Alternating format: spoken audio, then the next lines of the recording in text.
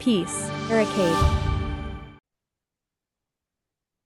Hello and welcome on the Peace Barricade. My name is Maria Cernat. I am an academic based in Bucharest, and it is my intention to use this channel to promote an agenda of peace, cooperation, and also to focus mainly on the political aspects in Eastern Europe.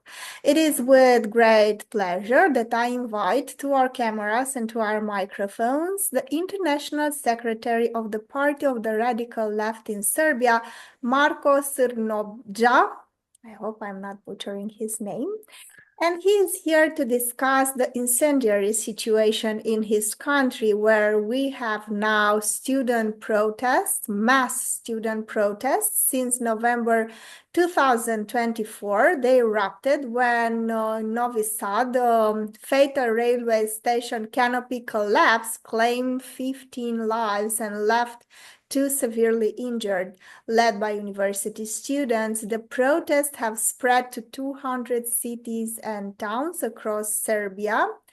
As of February 2nd, 2025, the demonstrators demand accountability for this collapse, which began with blockades at the Faculty of Dramatic Arts after students were attacked during a silent tribute to the victims. The movement includes weekly Stop Serbia traffic blockades and also a lot of movements, and they try to draw comparisons with the major student-led movements in Europe. Now, it is my understanding, the first question, Marco, that the prime minister, the ex-prime minister, left. He resigned. You have a new prime minister. So how was this political move not able to appease the demonstrators and to solve this political crisis? Okay, the situation is as follows. The Prime Minister tendered his resignation, but due to filibustering at the Assembly of the State in the Parliament, it was not yet accepted. So as of now, he has not formally resigned, and he is still the Prime Minister, and it's the same cabinet. That's and the students themselves, the way they formulated their demands, they asked not for the change in government, for the change in president, and so on. They have 4 demands, which are slowly being met. First is publication of all the documentation from the construction of the canopy. Second is prosecuting all who are criminally liable for this.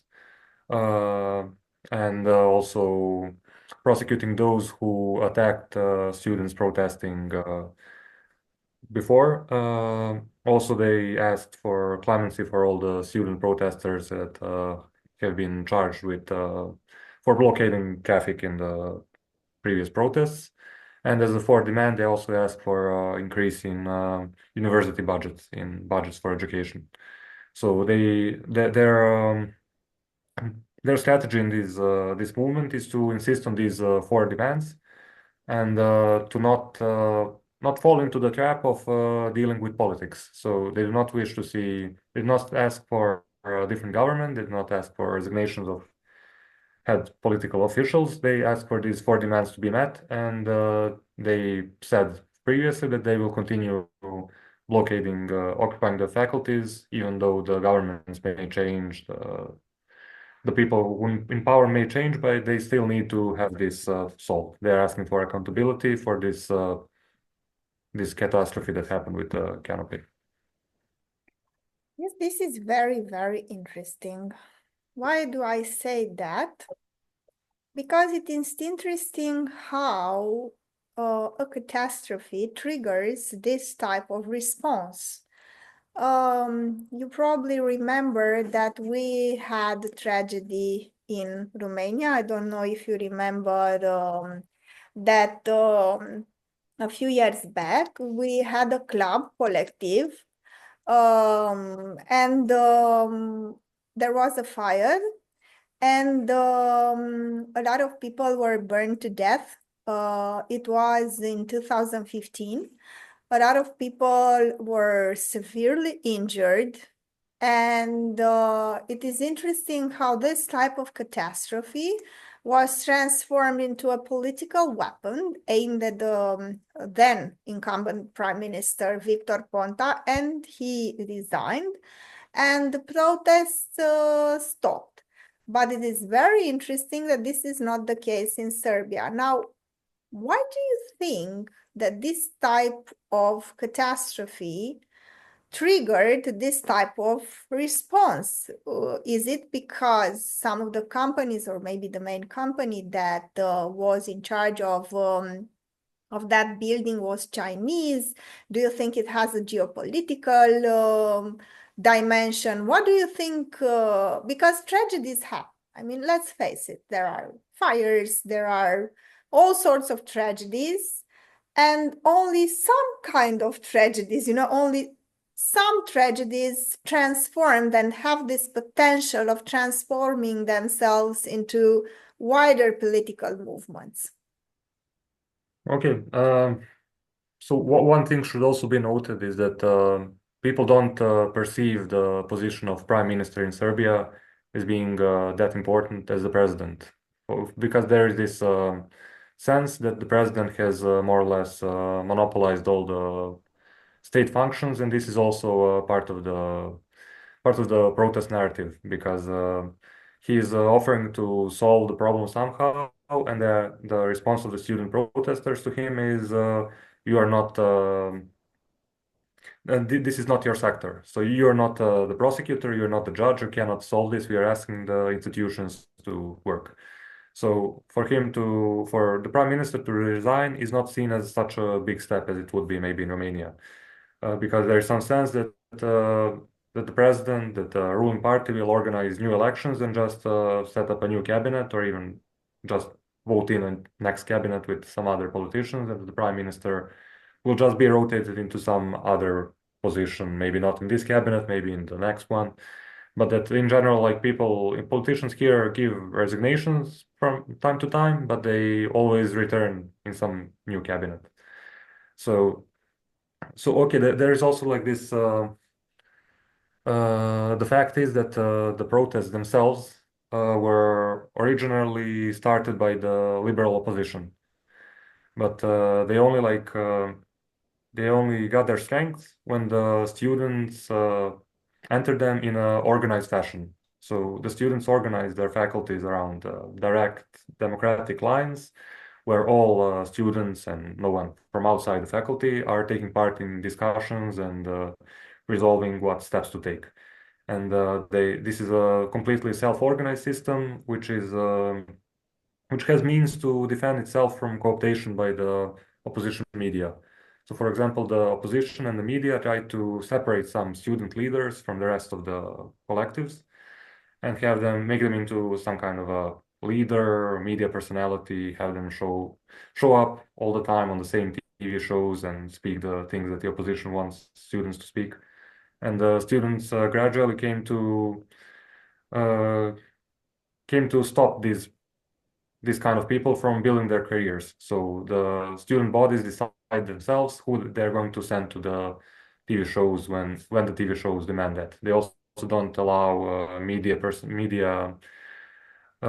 journalists to enter the blockade itself and like make news about it and so on. So they have this kind of integrity to decide for themselves what path to take.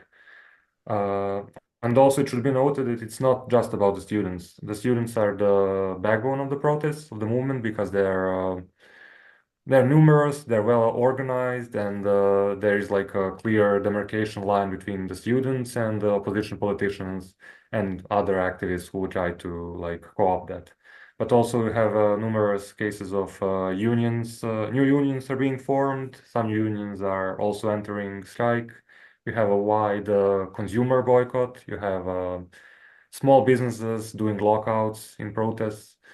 There are also various kinds of like how do you call it? It's the lawyers, the chamber of lawyers. So like various yeah, and also various professional associations are also joining in. And as we speak, actually, in a municipality in Western Serbia, a mass of peasants, farmers have entered the municipality building and are taking over the administration itself. So they're taking out the politicians who sit in the local But assembly in Western what is Serbia. the political agenda?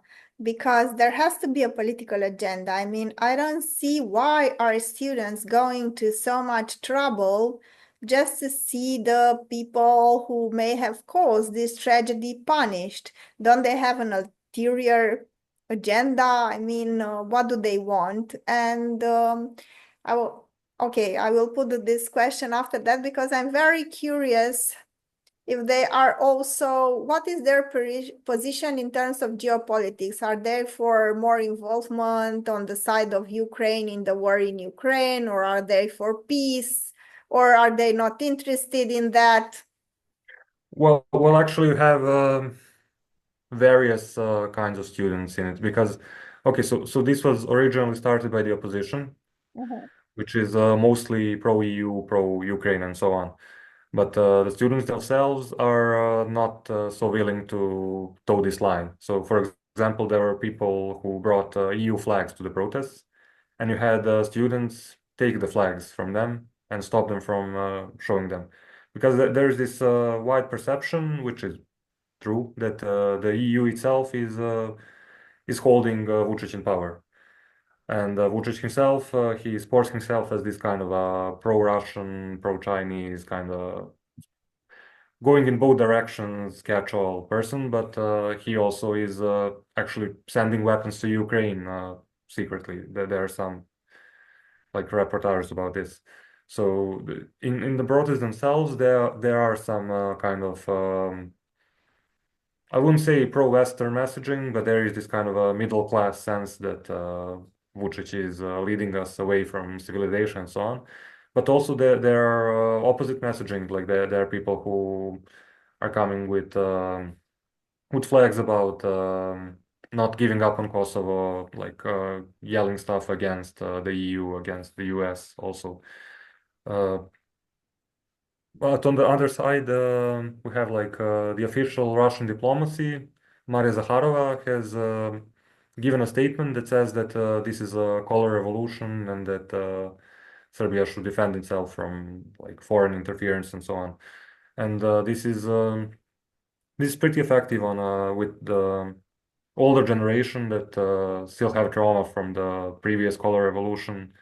And this is a kind of a dynamic where some people who support the opposition and who are pro-color revolution, the previous one, the one from the 2000, are also very suspicious of this movement for the same reason. They think that it will that it's kind of a repeat of the same thing. And the student movement itself allows a lot of these pro-opposition people to come in with their own kind of protest symbolism, which is from the 90s. So a lot of people like try to connect this protest with the one from the 90s, but it's just not the same people doing it, and it's not the same sentiment because the now people are aware that this is not some kind of a I don't know. It's not a socialist state they are up against. They are up against the colonial administration, which is headed by the EU and US forces. So, Mhm.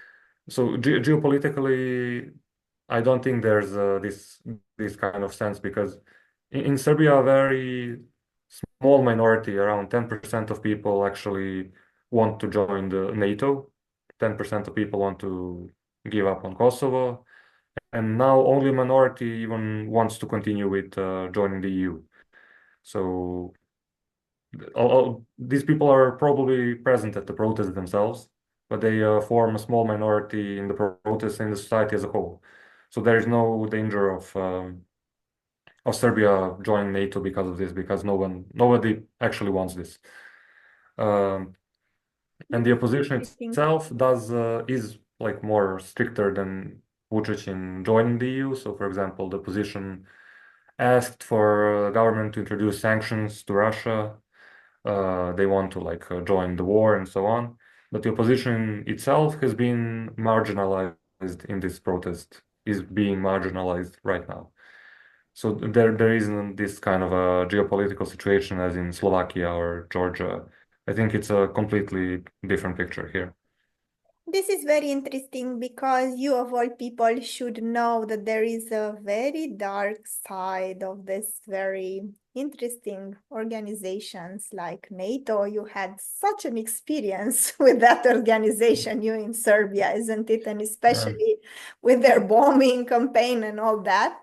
And this is why I am asking, what is the Serbia's position? Do you have a pro-peace movement, for instance? Do you see that there is a connection between these protests and maybe a pro-peace movement? Why do I ask this? Because I think it's very important for small countries in Eastern Europe to have very powerful pro-peace movements, because if something bad happens, we are the first to get in trouble.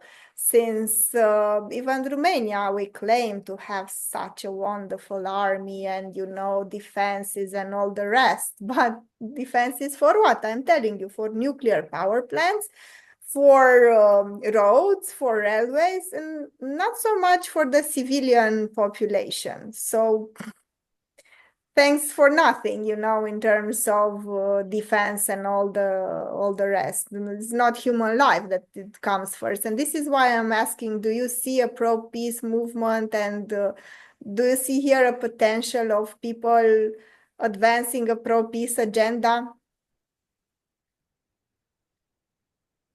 Well, currently there are, of course, some pro-peace groups. We are active in some of those, but these are not really mass movements. And peace as an issue in Serbia right now, there is nobody feels like it's probable that we will go to war in Ukraine. It may be different for Romania, but from our perspective, we already see that we are sending weapons to Israel, sending weapons to Ukraine secretly. And no, okay, so I was happy that we never introduced sanctions to Russia, but now we have a situation where our biggest oil company, which is owned by Russia by 51%, somehow managed to survive for these 2 years, but now the US is threatening to introduce sanctions to it. So there was no talk about resisting it from the government. It was the Americans said so, so we have to do it, and it's just a question of how we're going to do it. Is the state going to buy the company? Is they going to find some third party to buy it? And so at this moment, it's difficult to say. Okay, so Vučić is keeping the peace, because it's obvious that once the US tells him you have to do this, you have to do that, that he agrees to it completely. Like there is also this example. This is also a current issue. We have the building of our general staff, which was bombed in '99.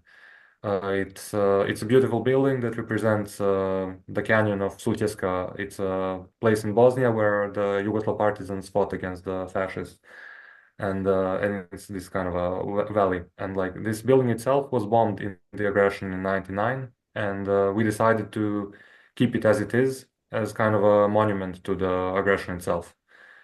And what's happening now is that the government is decided to sell this building to Jared Kushner, to Trump's, yes, son-in-law, No. to build a luxury hotel.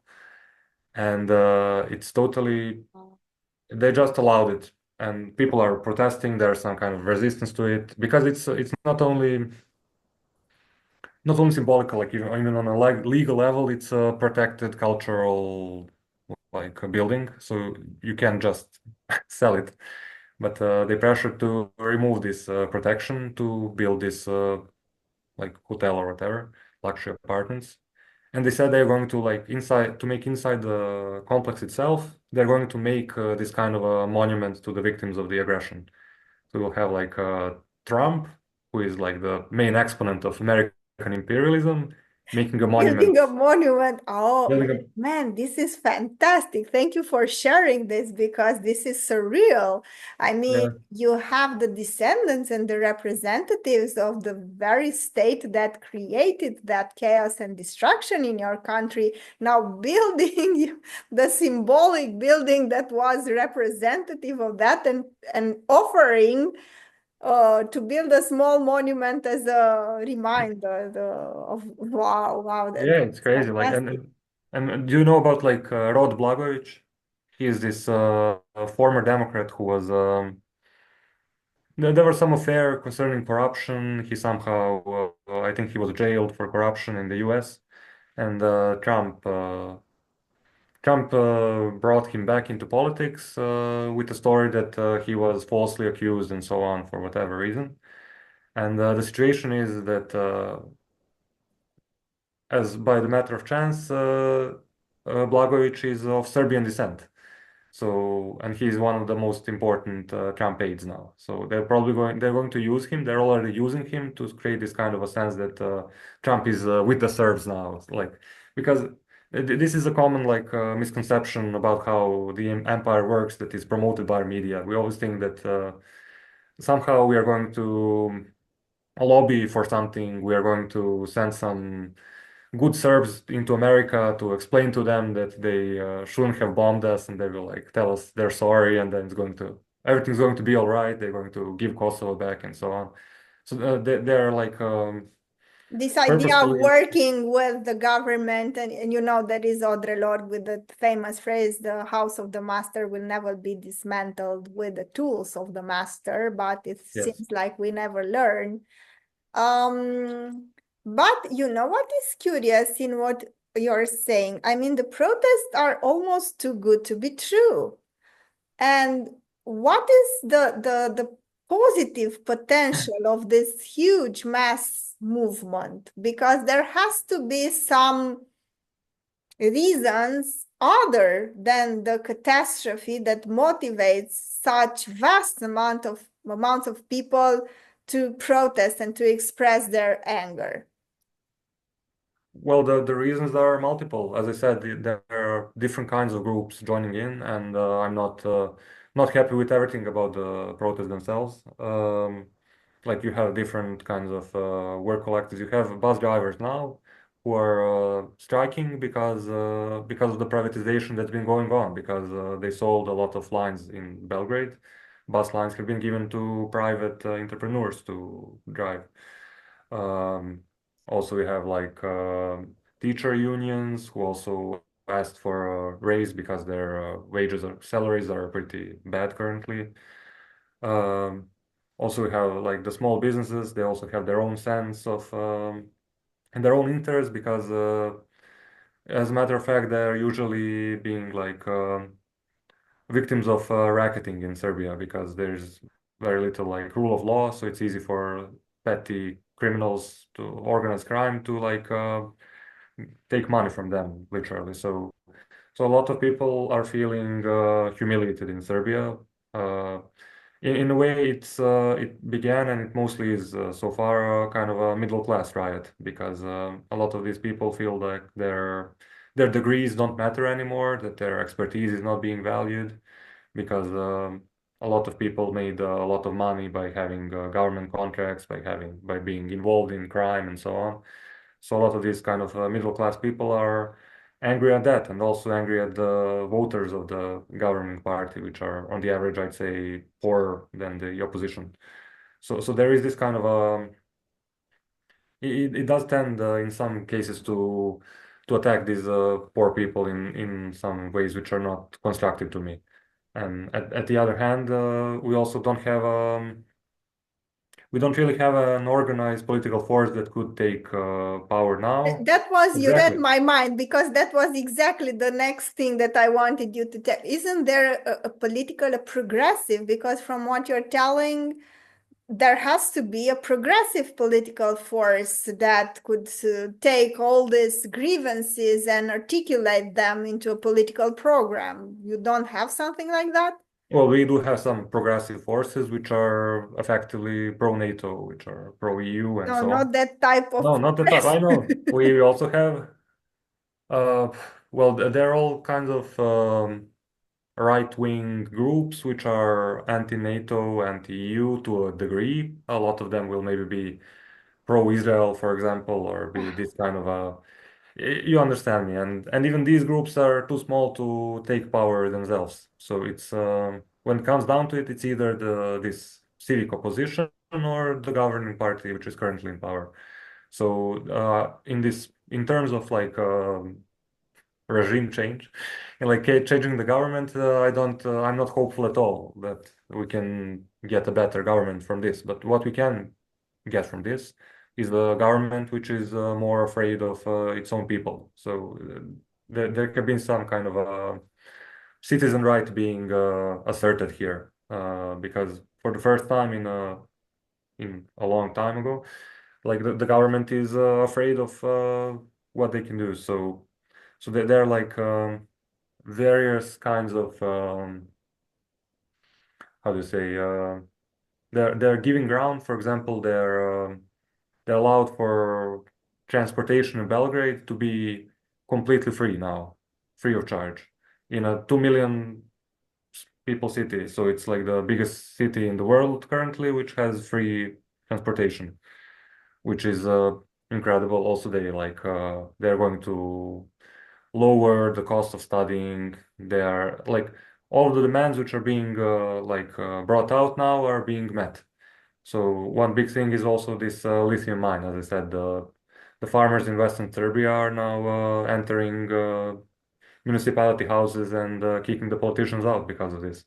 Because this lithium mine is it is this huge project which is supported by the EU and openly supported by the US ambassador previous and EU people who like come here and say you have to do this. This is important for our shared future, or whatever. So we're being heavily pressured to open this mine, which will introduce huge kinds of ecological damage. And when I speak of ecological damage, I don't mean that in an abstract sense. I think many people who live from the land there, who live there, will lose their homes if this happens. So it's very unpopular measure, which is like being protested now. Previously, the government reacted by banning the mine for a few years or so, and now they lifted the ban again, and now we're protesting again. So it's a good thing for them to be afraid of people right now, because that will grant us some measure of some how do you say leverage. leverage, yeah, leverage to reach some goals of our own. And I think this is also a good kind of a school of politics for the students who are now occupying the faculties, because they are finally talking amongst each other, like sharing political ideas, discussing. It's still very, I say, civic oriented. It's not a progressive kind of politics currently. But what's happening is that we have like people talking, like practicing democracy for Yes, first it's time. very good to have a democracy that is not reduced to elections. This is very Yes, good. because But our tell me, representatives don't represent us. The talk in uh, the assembly is not representative of how real people think and yeah, what they do. definitely. But Marco, tell me, is the company that built that thing that collapsed on people, was it Chinese? Is somehow China involved in all this? Because I read some reports, and don't know if they are true, that it is also a rejection of a too close relation with China. Is there anything true to it, or was it just some weird report that I read? Well, yes, the subcontractor was, I don't remember the name of the company, but it is a company from China. Mhm. But luckily, this wasn't really prominent in the protest messaging itself. There is some kind of opposition to Chinese investments. Chinese investments in Serbia now are larger than EU investments into Serbia. So there is this kind of opposition parties do lead this kind of a protest against this. But in this particular case, I didn't see much of that at all. Like in the beginning, some people did try to make this into that kind of a story. But in general, this is not the prominent narrative, at least not currently. There were some also some information came out, leaked, that the Chinese company itself warned the government about this faulty construction and that they ignored it. And there's also like this really good article on Forbes on N1, which is like written by this structural engineer who explains how the construction industry and regulation in Serbia was dismantled in the last 20 years or 30 rather, because what we have here is total neoliberal chaos where we had like technical supervisors that are not able to actually supervise anything. So because you had also there was also this technical supervisor from this project that also came on a TV show and talked about how he noticed the problems, he noticed the faults, and he reported it and got nothing from it because they just continue building because the laws and regulations that are currently in place do not allow technical inspectors to halt the construction if there are problems with it. They merely report it to the subcontractor itself, and only the Republic inspector can actually halt the construction. So this kind of corner cutting is present everywhere in the Serbian construction industry, which was also ruined by privatization, by destroying our socialist era companies and privatizing them, giving them to like these mafia bosses in the Yes, the 90s. economic war Yeah. that was waged against our Yeah, citizens. also Bologna, the process of bringing Bologna into the education of Serbia also disabled expertise in Serbia from being reproduced properly. So we have a total import of EU regulation and laws, and to be a successful engineer, it's less important for you to understand how construction materials work, and more important for you to understand EU laws and regulations, because that has become the most important thing. The expertise itself has been totally suppressed and is powerless to actually intervene into the process of construction. This is a really great article. I will send it to you. You can probably translate it. Definitely, we will link it in the description of this video. But Marko, please tell me, the protests seem to have very simple solutions. Why aren't the DA's office, the judicial power, why aren't they producing results? I mean, the students are asking for those who were responsible to pay, and it seems fair and simple. So why instead going for the prime minister and trying to change the prime minister, where, in my opinion, it would be so much easier to hold accountable the ones who are responsible for this tragedy? Yeah, that's a good question, and actually, a lot of us are wondering the same thing.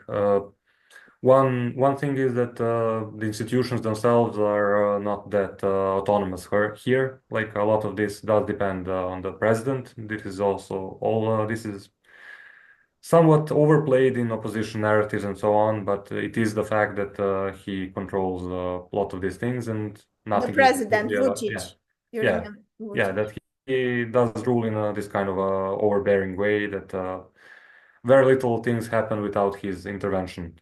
So one thing to note is that he is asking for the students to form some kind of representative bodies that he can negotiate with, because he wants to make some kind of a political settlement to make sure this doesn't continue in some way.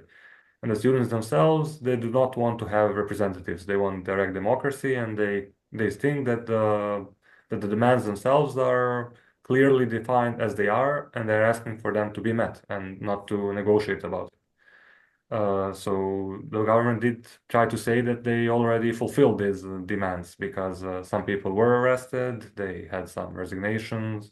They did agree to giving um to increasing the education budget and so on. So a lot of these things have been partially met, but not fully. And why this is, it's possible also that the documentation maybe doesn't even exist. Maybe like this is also a possibility, and we don't know exactly what are they waiting for, but what they do want, and that's what they are asking from the movement itself is to have someone to negotiate with, to strike some kind of a deal so they can come out of this as winners in the situation. But it looks like it's kind of out of their grip because it seems too chaotic by now, and it will be very hard for them to like calm the people down after all of this. Yes, you don't have much social peace right now in Serbia, but it's also it has a positive potential from what I gather, because a lot of the demands of the people who are enraged by the actions of the government, be it the lithium mine that was going to destroy the livelihood of the peasants, be it public transportation, investment in education. It is interesting. Maybe you are beginning, to form this new kind of democracy where you have direct influence over the government and you start to exert power directly. Because, I had a friend some years back. We were very serious in an academic conference, but at some point he got very annoyed, with all the talk and everybody being very polite. And he said, exerting power through representatives is like having sex through representatives. So maybe direct exerting of power, do you think it has the potential to develop into something more stable and to even, enlighten us, the others, on how to do this type of direct democracy? Well, for now, we don't see much of it going outside the faculties themselves. So they did like form similar committees in high schools actually. The fourth grade high schoolers also started forming their own like collectives, direct democratic councils and so on. But in the workplace, and I didn't hear of any examples of something like that happening, or at a local level of like the neighborhood or whatever. So far, they didn't manage to like create this kind of direct democracy councils. So so far, I don't see it. I don't see it happening yet. But the protests themselves and the energy I heard from comrades in Greece, that is also influencing a lot of their movements. So like people are taking the streets, like seeing what Serbia is doing, and also the consumer boycott is also came, I think, from Croatia. They had their own thing going on, and it's now spreading across Montenegro and Bosnia and Serbia. So it's kind of this going through the whole like area of former Yugoslavia. It's spreading in some different ways. In Serbia, it's the most intensive currently, but who knows? Like we'll see what happens. Yes, thank you so much for all this very, very useful and interesting information. And to the viewers, dear viewers, if you liked what you saw, please like, share, subscribe to our channel, and help us spread this message of peace. Thank you so much, Marko. Thank you for inviting me. Bye. Bye. Peace. Barricade.